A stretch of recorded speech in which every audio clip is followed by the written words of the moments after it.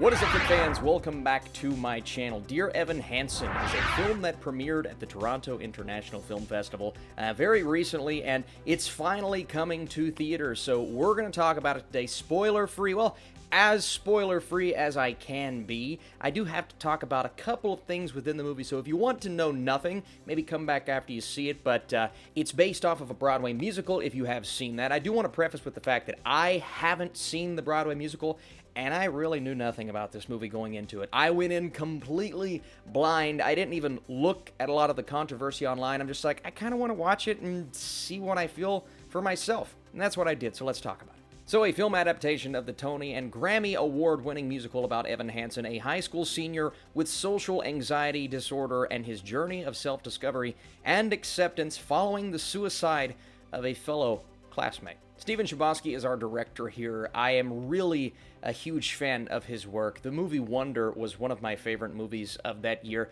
and he does a great job of giving you this coming-of-age feel to his films that allows you to resonate, sympathize when you need to, but also gravitate towards whatever characters he's giving to us on screen, and feeling something, feeling a connection.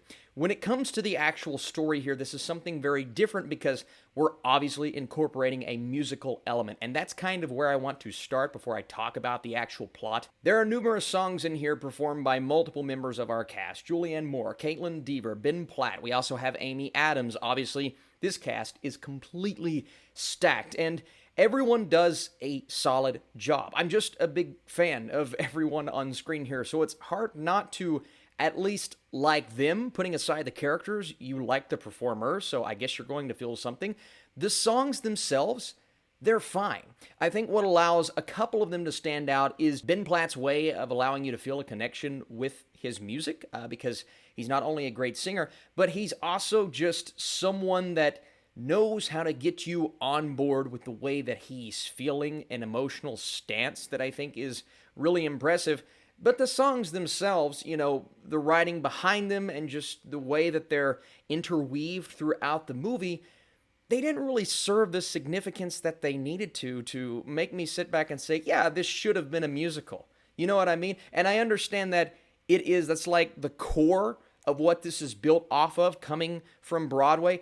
But watching it in movie form, I feel like this maybe would have worked better as just a normally constructed film. Now, the musical element gives it another edge, absolutely, but the songs, they're just not really resonating with me after walking away from the movie. I think the lyrics themselves sometimes can, but the songs are just kind of like, okay, right? But that's how I feel, right? I know a lot of people have a connection to this music, and obviously, if you do, well, then you're going to enjoy that aspect of the movie. And like I said, I am going to talk a little bit about the actual plot of this movie. So, Colton Ryan plays Connor, and Connor commits suicide. And within that happening, our main character of Evan Hansen gets caught up in this lie that he himself manufactures around this suicide. Now, because he manufactures it, a lot of good things come from that ride in support of Connor, maybe what he represented. Again, a lot of that is built up through the character of Evan, but it means really well. And I think the overall point of the movie means well. It's just, at times, the execution and really the idea of getting behind the character of Evan Hansen, as likable as he is, played by Ben Platt, it's hard to do that because of the decisions that he and others around him are constantly making throughout the movie that come across as selfish. Again, this entire thing is built around a lie that this character, you know, commits suicide, which is a very tragic, heartbreaking, and important topic, but this is all overshadowed by this one character who does some things and goes about handling all of this in a certain way, to where I feel like a lot of people are going to watch this movie and say, well, why would I get behind the motivations of a character when he is constantly lying to people around him? And not only that, again, you know, other characters, the character of Alana at one point, she makes a decision, and it feels like at one point everyone's making a decision or doing something, saying something to throw others under the bus or lie to someone or tell a fib and run with it. And I understand when you get caught up in something like that, and I'm not even saying it's all Evan's fault, right? At points in the movie, he means well, and you can definitely get behind that. but the overall just impact of the film is based around this one thing that I struggled to get behind. I really, really did. Because you're dealing with a lot, right? Social anxiety, depression, and suicide, and all of these different things that these various students are dealing with, and a lot of things that hit very close to home to me. You know, those around me, loved ones in my life, and that are, very, very close to me, deal with these sorts of things. And to go about handling a movie in this way, right? To where you have to get behind the actions of a character who is, constantly lying to others around him, that in itself is very difficult to do. So I really struggled with certain elements of the movie and certain characters that the film wants you to care about. But at the same time, you're just sitting back saying, well, the entire basis of the movie is based around this lie, and that's hard to accept as a viewer. Not everyone's going to approach it like that, right? A lot of people are going to approach this film and just go off of it based on, you feeling the way that he feels, this anxiety and this coming of age vibe that normally works extremely well with this director, Stephen Chbosky. I love his work, again, but it's the way that it's handled in this film and the story. And again, approaching it as someone who knew nothing about this movie going in, absolutely nothing, I just really struggled to get behind kind of the motivations and really everything about a lot of the characters in this movie. And it's understandable to think that some people these ages, they'll make these kinds of decisions, but you don't keep making these decisions, right? At some point, you just have to kind of right that wrong.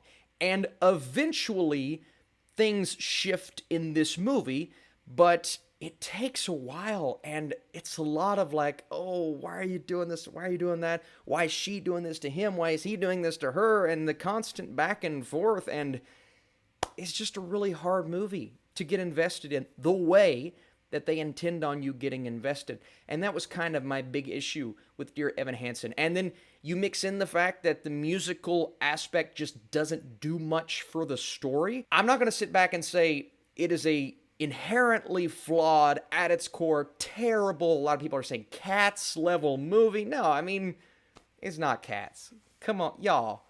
It's not Cats. Ben Platt, I mean, they did everything they could. Obviously, he's a little older, and I've talked about this various times, so I don't need to talk about it again. Casting people that don't really look like they're in high school, this and that. You've heard it from me 1,000 times.